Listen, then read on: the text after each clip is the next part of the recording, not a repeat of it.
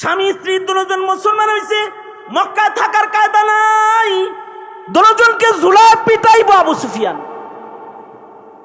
রাতারাতি হিজরত করে হাবশায় চলে গেছে। নাজ্জাশী বাদশাহ মুসলমান হয়ে গেছে, মুসলমানদেরকে আশ্রয় দাতা।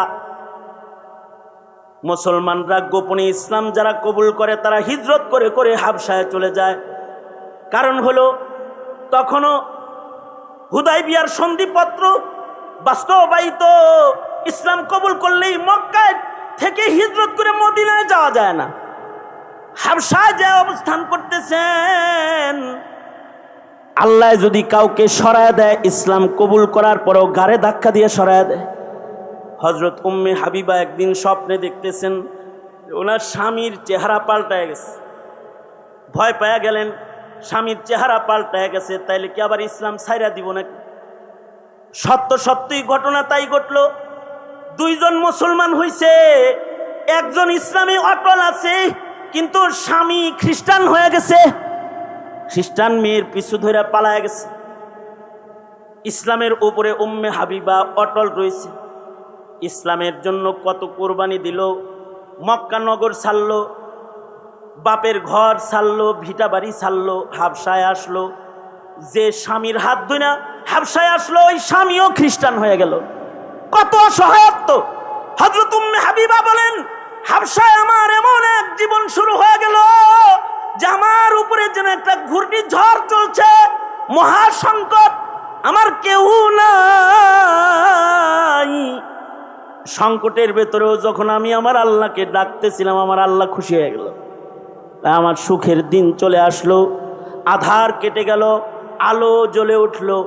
আমার ঘরের দরজায় নাজ্জাশী বাদশার পক্ষ থেকে পয়গাম সহ এক দাসী দাঁড়ানো দেখলাম, চিঠি লইয়া আগমন করেছে। দরজায় দাঁড়ায় জিজ্ঞেস করলাম, এহে দাসী কোত্থেকে এসেছো? নাজ্জাশী বাদশার পক্ষ থেকে এসেছি। কি নিয়ে এসেছো? উম্মে হাবিবা তোমার বিয়ার পয়গাম নিয়ে এসেছি। কিসের বিয়ের পয়গাম? কয়ে তোমার কাছে বিবাহের পয়গাম পাঠাইছেন হাবিবুল্লাহ রাহমাতুল আলামিন মুহাম্মাদুর রাসূলুল্লাহ সাল্লাল্লাহু আলাইহি ওয়াসাল্লাম বাদশার মাধ্যমে তোমার কাছে বিয়ের পয়গাম পাঠাইছেন। তুমি যদি রাজি হও তাহলে রাহমাতুল আলামিনের ঘরে যাইবা, বউ হয়ে যাইবা। হযরত উম্মে হাবিবা বলেন, জিন্দেগির সবচেয়ে সুন্দর সময় আমার এসে গেল, যে আমি যারে পাইতে চাই, আমি যাকে আখিরাতে পাইতে কালেমা পড়েছি তাকে আমি দুনিয়ায় পাইয়া গেলাম। যারে আমি পরে পাইতে চেয়েছি তাকে আমি আগে পাইয়া গেলাম। যে আল্লাহরে পাওয়ার জন্য, খুশি করার জন্য আমি হিজরত করেছি, সেই আল্লাহ তাআলাকে আমি কাছে পাইয়া গেলাম। কারণ মুহাম্মাদুর রাসূলুল্লাহ সাল্লাল্লাহু আলাইহি ওয়াসাল্লাম নিজের থেকে কিছু কয় না। রাসূল যেহেতু পয়গাম পাঠাইছেন, এই পয়গাম রাসূলুল্লাহর পক্ষ থেকে না, এই পয়গাম সামনে যত সময় আসতেছে, সময়গুলো খারাপ আসতেছে, খারাপ যে আসবে এই ঘোষণা মুহাম্মাদুর রাসূলুল্লাহ সাল্লাল্লাহু আলাইহি ওয়াসাল্লাম ১৫০০ বছর আগেই বলে গেছেন। দিন সামনে ধীরে ধীরে খারাপ আসবে। দিন একটা সময় তো মুসলমানদের দিন অনেক ভালো ছিল, খায়রুল কুরুন ছিল, জমিনের সবচেয়ে সুন্দর সময়, যে সময় এই জমিনের উপরে কোনো অপরাধ ছিল না, এই জমিনের ভেতরে কোনো পাপাচার ছিল না, জমিনের ভেতরে কোনো জুলুম ছিল না, অত্যাচার ছিল না, জমিনের উপরে গুনাহ করার মানুষ ছিল না, খেলাফে সুন্নত চলার মানুষ ছিল না, রাতের অন্ধকারেও পাপ করার মানুষ ছিল না, রাতের আধারেও গুনাহ করার মানুষ ছিল না, রাতের আধারে মানুষ গুনাহ করত না আল্লাহর ভয়ে। এত সুন্দর যুগ। জমিনের উপরে কোনো জুলুম তো ছিলই না, জমিনের উপরে পর নারীর দিকে তাকানোর মতো চোখ ছিল না। আল্লাহু আকবার বলেন, আর আস্তে করে বলেন আল্লাহু আকবার। মিয়া সারাদিন চিল্লাইতে চিল্লাইতে তো সব শেষ করে আলাইছেন নাকি? হ্যাঁ, জোরে আওয়াজ করে বলেন আল্লাহু আকবার, জোরে করে বলেন আল্লাহু আকবার, আরো জোরে করে বলেন আল্লাহু আকবার, জোরে বলেন। হ্যাঁ, একটা সময় এরকম ছিল যেই সময়ে পর নারীর দিকে তাকানোর চোখ ছিল না।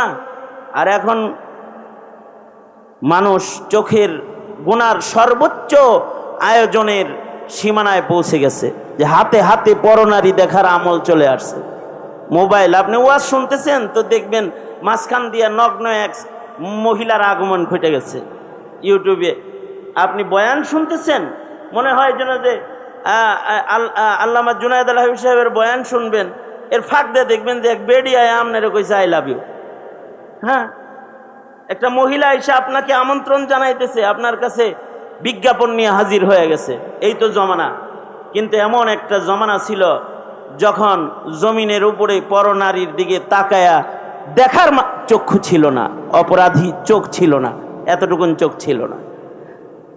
হযরত ওমরের শাসন আমল, মসজিদে নববীতে রওজায়ে আতহারে এক যুবতী সরসী শকতি সুন্দরী নারী এসে জিয়ারতের জন্য হাজির হয়েছে। প্রশ্ন হয়েছে তাকে, বাড়ি কোথায়? কই থেকে আসছো? মদিনায়। বাড়ি হইলে ইয়ামানে। ইয়ামান থেকে মদিনায় আসছি। ইয়ামান থেকে 850 মাইল, 850 মাইল রাস্তা সফর করে মদিনায় আসছে। তুমি একা? তোমার মাহরাম কই? মাহরাম নাই। মাহরাম ছাড়া কোনো মহিলার সফর করা শরীয়তে ইসলামে জায়েজ নাই। এই মহিলা ইয়ামান থেকে মাহরাম ছাড়াই চলে আসছে। জিজ্ঞাসা করা হয়েছে, মাহরাম বিহীন নাজায়েজ সফর কেন করলে? মহিলা বলে, আমার মাহরাম নাই। ইসলামের সংকটে আমার বাবা, আমার ভাই যুদ্ধের ময়দানে শহীদ হয়ে গেছে। একমাত্র মায়ের খেদমতে ছিলাম, মা রফাত হয়ে গেছে। ভাবলাম রাসূলের মদিনায় জিন্দেগি কাটানোর জন্য হিজরত করি, তাই ইয়ামান থেকে সব বেচা টাকা পয়সা সহ আমি হিজরত করে একা মদিনায় চলে আসছি। মহিলাকে হযরত ওমর জিজ্ঞেস করছেন, এই নারী সুদূর ইয়ামান থেকে 850 মাইল সফর করে সম্পদ সহ গহনা সজ্জিত যুবতী একটা নারী, তুমি পায়দল হেঁটে মদিনা পর্যন্ত আসলে। এ পর্যন্ত আসতে কি তোমার দিকে কোনো দুষ্ট চক্ষু তাকায়েছে? অর্থাৎ লোভনক দৃষ্টিতে কোনো যুবক কি তোমার দিকে তাকায়েছে কি? অথবা তোমার ইজ্জত সম্ভ্রমের হুমকি হয় এমন কোনো পরিবেশের মুখোমুখি কি তুমি হইছ? মহিলাটা বলে, আলহামদুলিল্লাহ আমিরুল মুমিনিন, ইয়ামান থেকে মদিনা পর্যন্ত সুসজ্জিত অবস্থায় আমি একটা একা যুবতী নারী পায়দল হেঁটে মদিনা পর্যন্ত আসছি। আলহামদুলিল্লাহ, কোনো পরপুরুষ আমার দিকে নজর করে তাকায় নাই। রাস্তায় যত পুরুষের সাথে দেখা হয়েছে, পুরুষরা ছিল মুত্তাকি, নারী দেখলে তারা ছিল তাদের নজর নিম্নগামী। কোনো লোভনক দৃষ্টি এ লম্বা সফরের ভেতরেও আমার দিকে তাকায় নাই।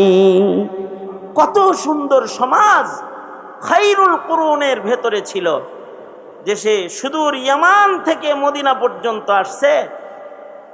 কোনো যুবতী নারী তার দিকে তাকায় দেখার মানুষ ছিল না। যায় দিন ভালো যায়, আসে দিন খারাপ। আর আমরা এখন একটা সমাজে বসবাস করতেছি, যখন 90% মুসলমানের দেশেও ঢাকা বিশ্ববিদ্যালয়ের মতো বিশ্ববিদ্যালয়ের একটা মুসলিম রমণীর ইজ্জত ধরে টান দেয়া হয়, তার পর্দা ধরে টানাটানি করা হয়। এরকম সংকট এসেছে। এমন একটা সমাজ, একটা সময় ছিল যখন খেলাফি সুন্নতে একটা কাজ করার মানুষ ছিল না। আর এখন মুসলমানের মাটিতে প্রশাসনিকভাবে আইন হলো যে চাকরি করলে দাড়ি রাখতে পারবে না। মুসলমানের দেশে একটা মুসলিম চাকরি করবে, তার অধিকার নিয়ে এসে জব করবে, হালাল উপার্জন করবে, শর্ত হলো দাড়ি রাখতে পারবে না। যায় দিন ভালো যায়, দিন যত যাইতেছে তত ভালো যাইতেছে, আসতেছে তো সংকট যেন আমাদের দিকে ধেয়ে আসতেছে।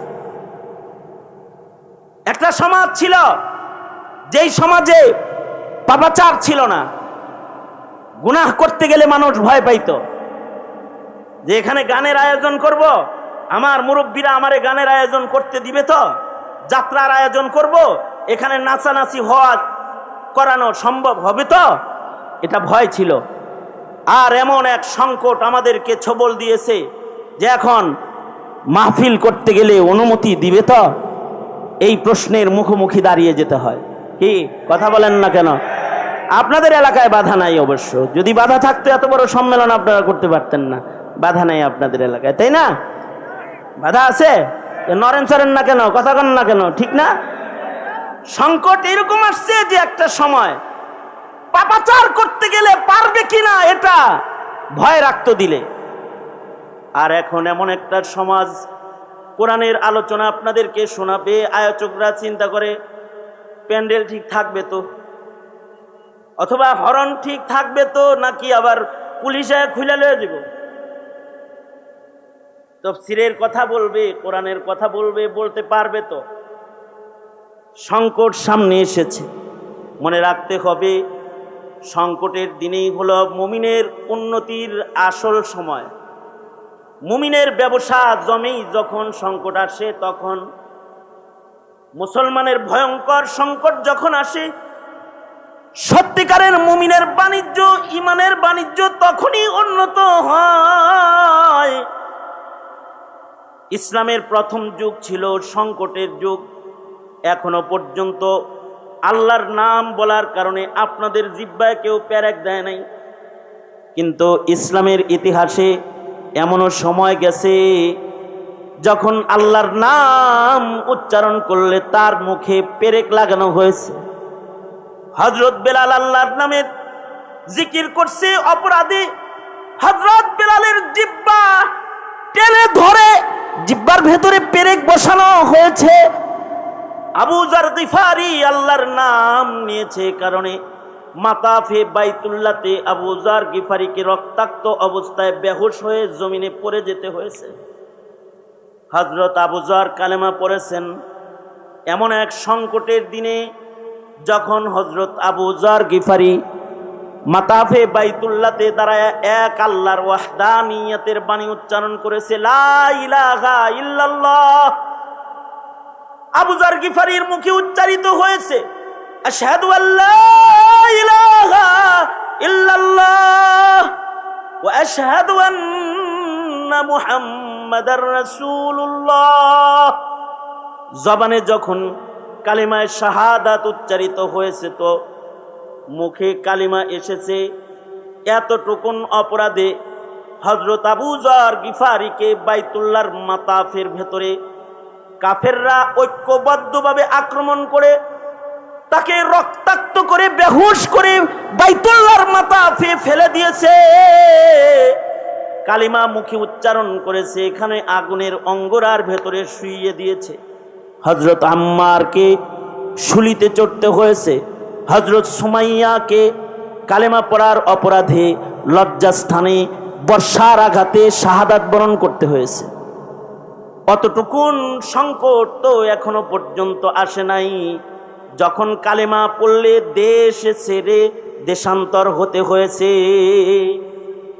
বাদাল ইসলামু গারিবা সায়াউদু কামা বাদা। সংকটের ভেতর দিয়েই মুমিনের পদযাত্রা শুরু হয়েছে। ইসলামের অগ্রযাত্রা শুরু হয়েছে সংকট দিয়ে, বাধা দিয়ে। বাধার প্রাচীর ডেঙ্গিয়ে কালিমার পতাকাকে উঁচু করতে হয়েছে মুসলিম মিল্লাতের জমিনের উপরে। একের পর এক বাধা এসেছে, কালিমা উচ্চারণ করেছে, মুখে আঘাত হয়েছে, কালিমার ঝান্ডা হাতে নিয়েছে, হাত কেটে মাটিতে ফেলা হয়েছে, আর এক হাতে উঁচু করে ধরেছে, সে হাতকে কেটে ফেলা হয়েছে, কাটা হাত দিয়ে উঁচু করে ধরেছে, মুখ দিয়ে দাঁতে কামড় দিয়ে কালিমার ঝান্ডাকে উঁচু করে ধরেছে, তো গর্দানকে কেটে ফেলা হয়েছে। এই হলো মুসলমানের ইতিহাস, যে সংকটে, চরম সংকটের মুখোমুখি ছিল এক সময় মুসলমান। ওই সময় যারা সংকটের ভেতরে ইমানের উপরে অটল ছিল, ইসলামের উপরে যারা অটল ছিল, তাদেরকে আল্লাহ তাআলা আগে জান্নাত দিবেন আল্লাহর রাসূলের মাধ্যমে, আয়াতে কোরআনের মাধ্যমে আল্লাহ জানায়া দিচ্ছেন।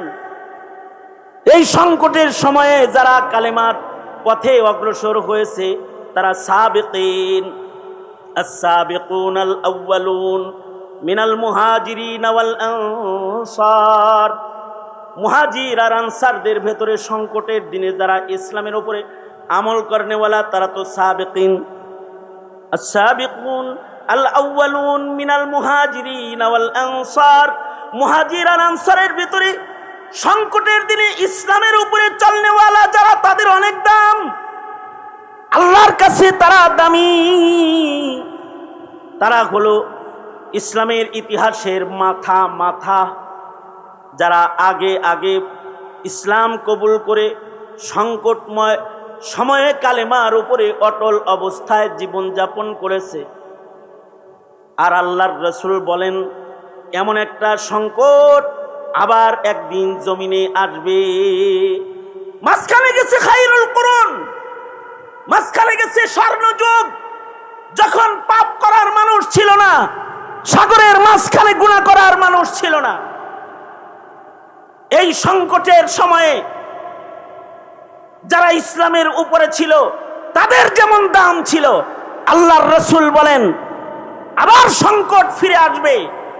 ইসলাম আর মুসলমানদের ইতিহাস হবে রক্তে জর্জরিত ইতিহাস। ইসলাম আর মুসলমানদের ইতিহাস হবে অস্ত্রের নিচে নামাজ আদায় করার ইতিহাস। ইসলাম আর মুসলমানদের ইতিহাস হবে ক্ষতবিক্ষত বদনে কিবলামুখী হয়ে সাজদারত, কপাল দিয়ে লহু ঝরা আর মুখ দিয়ে তাসবিহ পড়ার ইতিহাস। আবার সেই ইতিহাস ফেরত আসবে। সরওয়ারে দু আলম নবী বলেন ফাতুবা লিল গুরাবা।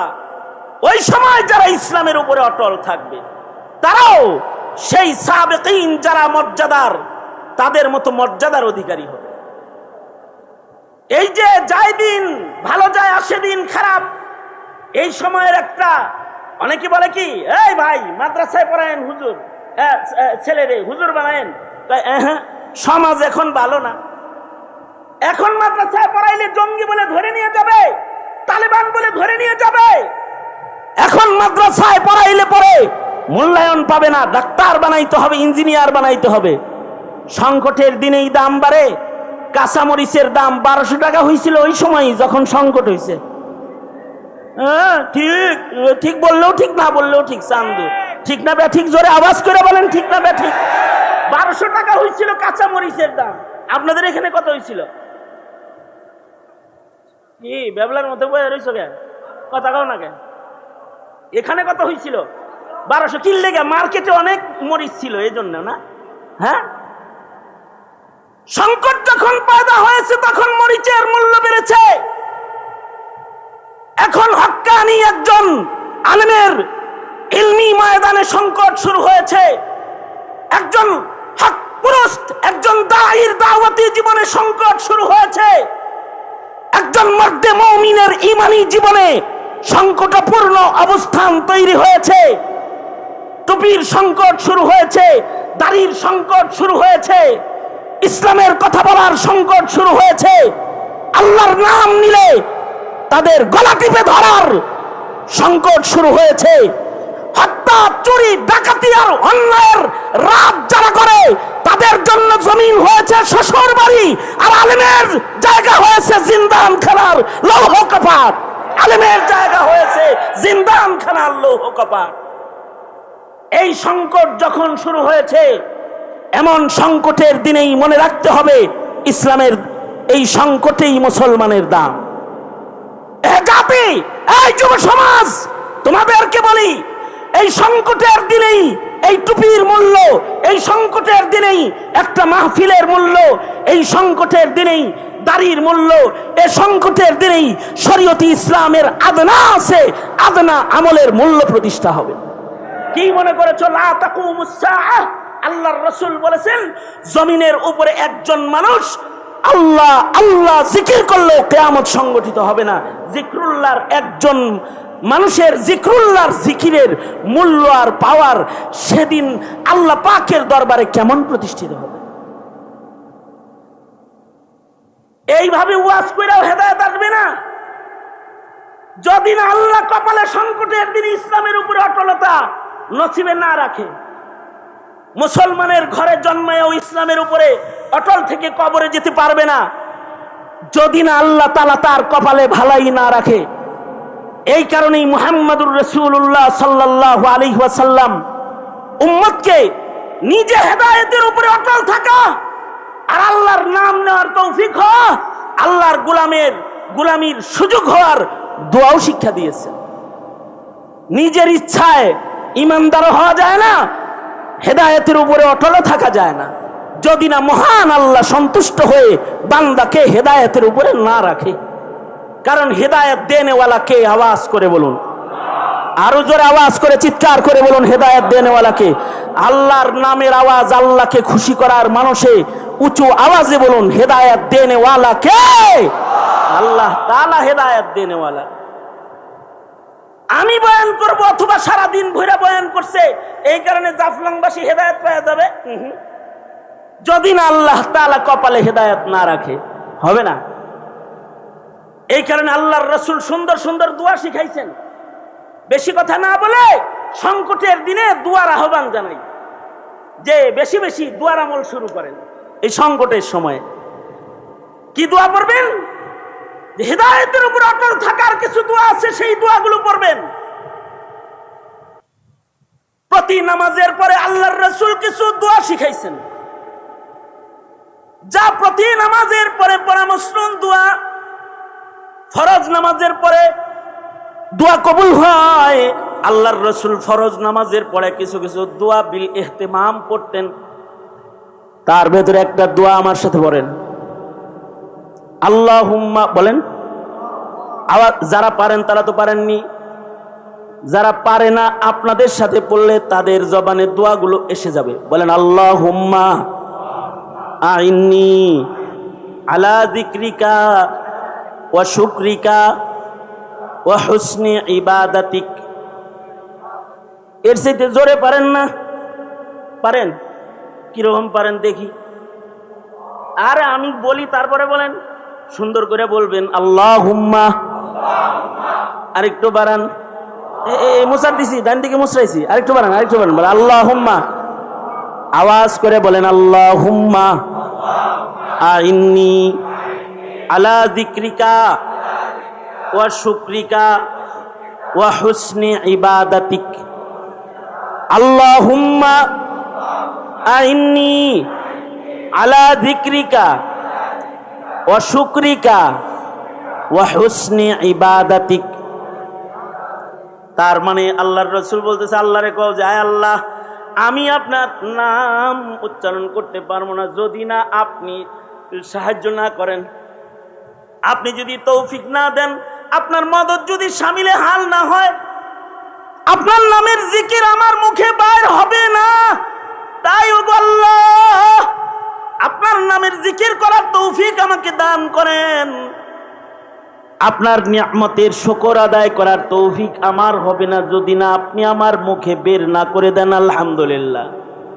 ওগো আল্লাহ, আপনি আমাকে শুকর করার তৌফিক দান করেন।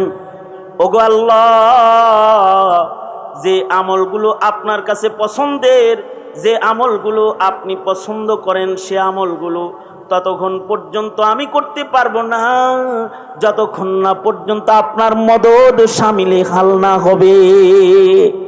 আপনি তৌফিক দিলেই করা সম্ভব, আপনি তৌফিক না দিলে করা সম্ভব না। আল্লাহর নামের তাকবীর, আল্লাহর নামের উচ্চারণ মুসলমানের ঘরে জন্মানোর পর অনেকের মুখে বাইর হয় না, বাইর হয় না। মার্কা বাইর হবে, আল্লাহু আকবার বাইর হবে না, আল্লাহু আকবার বাইর হবে না। দলের স্লোগান বাইর হবে, মার্কার স্লোগান বাইর হবে, নেতার স্লোগান বাইর হবে, নবীর স্লোগান বাইর হবে না, বাইর হবে না। আল্লাহ বাইর না করলে বাইর হবে না, আল্লাহর নাম বের হবে না যদি না আল্লাহ বের না করে।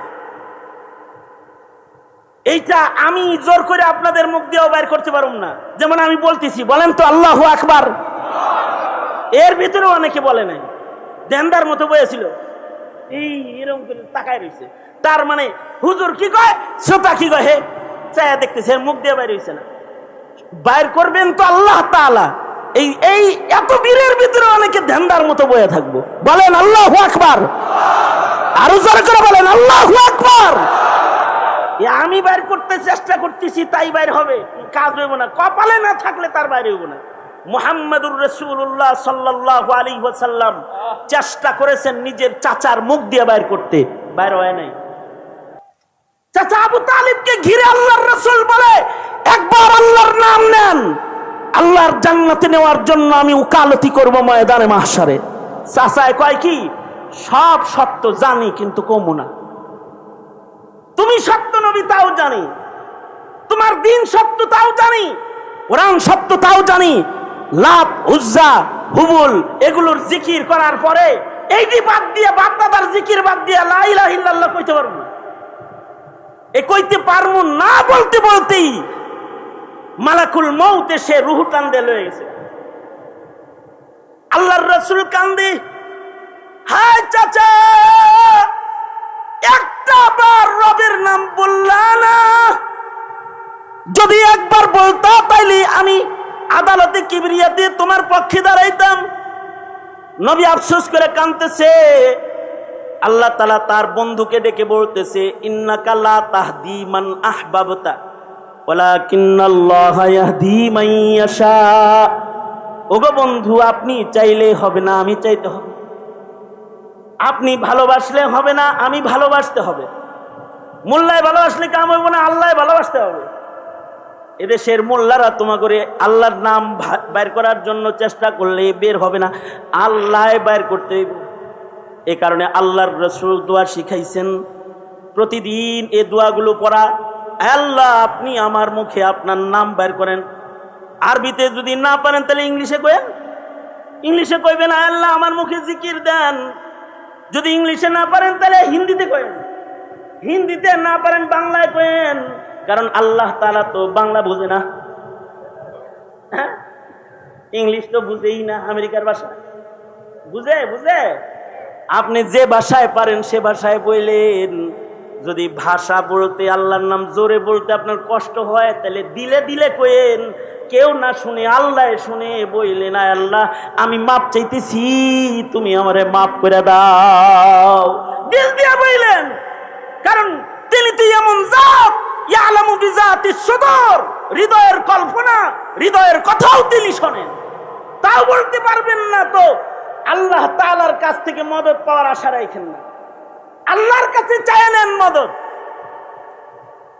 আল্লাহ যদি মদদ করে, আল্লাহ যদি হেদায়েতের পথে অটল কাউকে রাখে, তাহলে দুনিয়ার কেউ তাকে গোমরা করতে পারে না। আর আল্লাহ যদি কাউরে গোমরা করে দেয়, পৃথিবীর সবাই মিলে হেদায়েত, আল্লাহ যদি কাউরে গোমরা করে দেয়।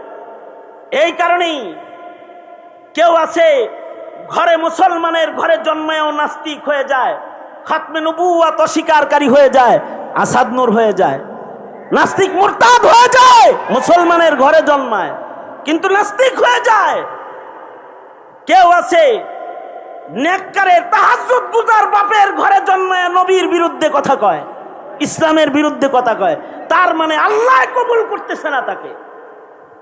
আবার কেউ আছে আজরের ঘরে জন্মায় কিন্তু খলিলের মতন পেয়ারা হয়ে যায়, মুশরিকের ঘরে জন্মায় কিন্তু আল্লাহ পাকের কাছে পেয়ারা হয়ে যায়। এ কারণে প্রতিটা মুমিন আল্লাহর কাছে হিদায়াত চাইবে, নেক কাজের তৌফিক চাইবে, আল্লাহ পাকের পছন্দের কাজ করার জন্য আল্লাহর কাছ থেকে তৌফিক চায়া নিবে।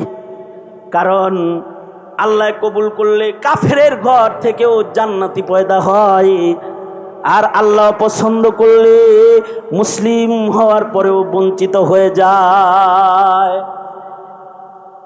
দুশ্মনের ঘরে ইসলাম পয়দা হয়ে যায়, ইসলামের দুশ্মনের ঘরে। হযরত আবু সুফিয়ান তখনও পর্যন্ত কালেমা পড়ে মুসলমান হন নাই। তিনি তখন মক্কা নগরে সরকার হিসাবে সরকারি আয়োজনে ইসলামের বিরুদ্ধে আইন প্রণেতা। তিনি কি আইন করে? কেউ যদি ইসলামের কথা কয় তার গলা টিপা ধরবি, কেউ যদি মুসলমান হয় তারে গাছে লটকায় পিটাবি। এগুলো হলো আইন, আবু সুফিয়ানের আইন। কেউ যদি মুসলমান হয় তাকে শরীফে চালাবি প্রয়োজনে। এগুলো হলো সরকারি আয়োজনে মক্কার আইন। আইন প্রণেতা নেতাকে, নেতা হলো আবু সুফিয়ান রাদিয়াল্লাহু আনহু, তখনও পর্যন্ত কালেমা পড়ে মুসলমান হয় নাই। কিন্তু আল্লাহ চাইতেছেন তুই একদিক দিয়ে আইন করবি, তোর ঘরের ভিতরে আমি কালেমার পতাকা জ্বালামু, ওড়ামু।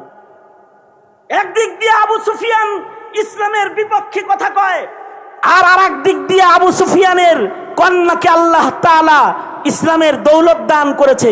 হযরত উম্মে হাবিবা রাদিয়াল্লাহু আনহা নিজে না, শুধু স্বামী সহ স্বামী স্ত্রী দুজন কালেমা পড়ে মুসলমান হয়ে গেছে। এখন স্বামী স্ত্রী দুজন মুসলমান হয়েছে, মক্কায় থাকার কায়দা নাই, দুজনকে ঝুলায় পিটাইবো আবু সুফিয়ান। রাতারাতি হিজরত করে হাবশায় চলে গেছে।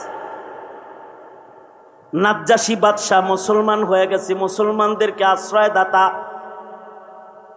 মুসলমানরা গোপনে ইসলাম যারা কবুল করে তারা হিজরত করে করে হাবশায় চলে যায়। কারণ হলো তখনও হুদাইবিয়ার সন্ধিপত্র বাস্তবায়িত, ইসলাম কবুল করলেই মক্কায় থেকে হিজরত করে মদিনায় যাওয়া যায় না।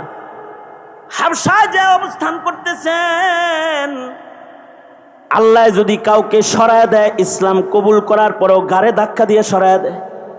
হযরত উম্মে হাবিবা একদিন স্বপ্নে দেখতেছেন ওনার স্বামীর চেহারা পাল্টায় গেছে। ভয় পেয়ে গেলেন, স্বামীর চেহারা পাল্টায় গেছে, তাইলে কি আবার ইসলাম ছাইরা দিব নাকি? সত্যই ঘটনা তাই ঘটল। দুইজন মুসলমান হইছে, একজন ইসলামে অটল আছে, কিন্তু স্বামী খ্রিস্টান হয়ে গেছে, খ্রিস্টান মেয়ের পিছু ধরে পালায় গেছে। ইসলামের উপরে উম্মে হাবিবা অটল রয়েছে। ইসলামের জন্য কত কোরবানি দিল, মক্কা নগর ছাড়লো, বাপের ঘর ছাড়লো, ভিটা বাড়ি ছাড়লো, হাবশায় আসলো। যে স্বামীর হাত ধরে হাবশায় আসলো, ওই স্বামীও খ্রিস্টান হয়ে গেল। কত অসহায়ত্ব! হযরত উম্মে হাবিবা বলেন, হাবশায় আমার এমন এক জীবন শুরু হয়ে গেল যে আমার উপরে যেন একটা ঘূর্ণিঝড় চলছে, মহা সংকট, আমার কেউ নাই। সংকটের ভেতরেও যখন আমি আমার আল্লাহকে ডাকতেছিলাম, আমার আল্লাহ খুশি হয়ে গেল। আমার সুখের দিন চলে আসলো, আধার কেটে গেল, আলো জ্বলে উঠল।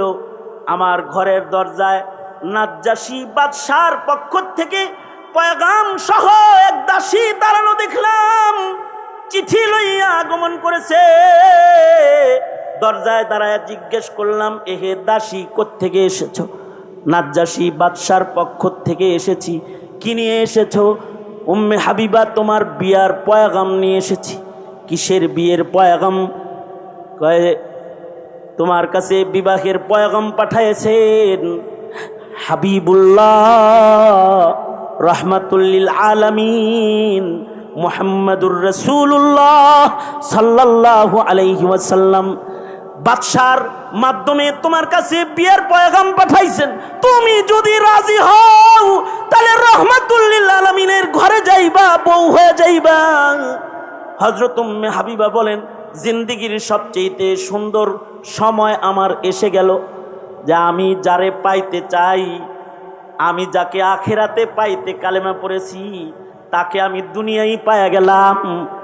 যারে আমি পরে পাইতে চেয়েছি তাকে আমি আগে পাইয়া গেলাম।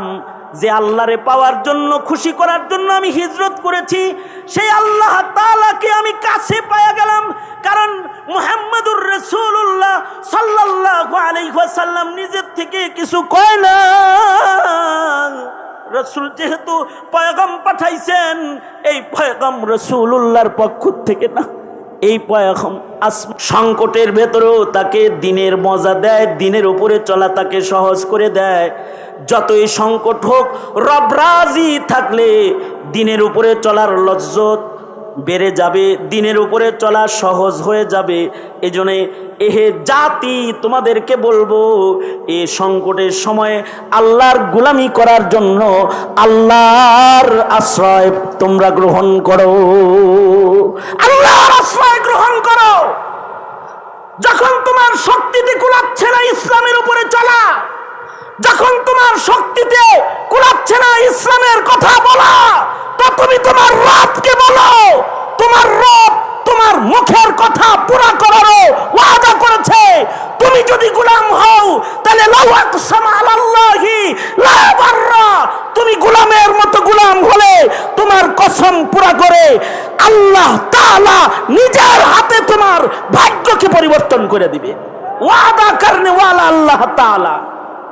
সঙ্গত কারণে এই মুসলিম মিল্লাত আপনাদেরকে বলি, সংকটের দিনে সংকট দেখে কি ইসলাম থেকে দূরে সরে যাবে না। মেঘ দেখে তুই করিস নে ভয়, আড়ালে তার সূর্য হাসে। যতই সংকট আসুক, সংকটের সময়ে রবের মদদ কামনায় নিজে ইসলামের উপরে ইস্তেকামতের সাথে দাঁড়িয়ে আল্লাহ পাওয়ার জন্য সদা সর্বদা সর্বোচ্চ কুরবানি দিতে তৈয়ার থাকবো এবং আল্লাহর মদদ কামনা করেই যাব ইনশাআল্লাহ। রাজি আছি তো ইনশাআল্লাহ। এই মাহফিল, এই যে দাওয়াতি আয়োজন যেটা অনুষ্ঠিত হয়েছে, উলামা হযরতরা কথা বলেছে, এই কথাগুলোই হিদায়াতের জন্য যথেষ্ট কথা নয় যদি না আল্লাহর মদদ শামিলে হাল না হয়।